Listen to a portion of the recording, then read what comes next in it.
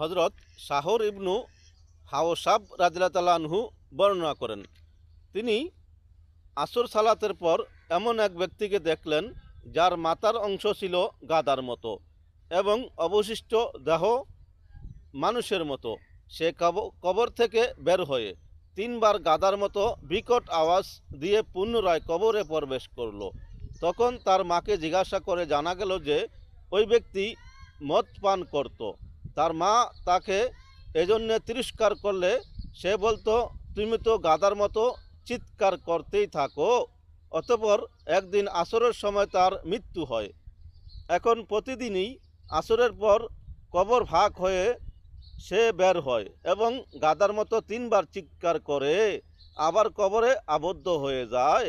হাদিস ইসফাহানি। তাই আসুন আমরা পিতামাতার সাথে খারাপ ব্যবহার না করি, নিজের ক্ষতি নিজে না করি। এটা হয়েছে মায়ের সাথে খারাপ ব্যবহার করাতে।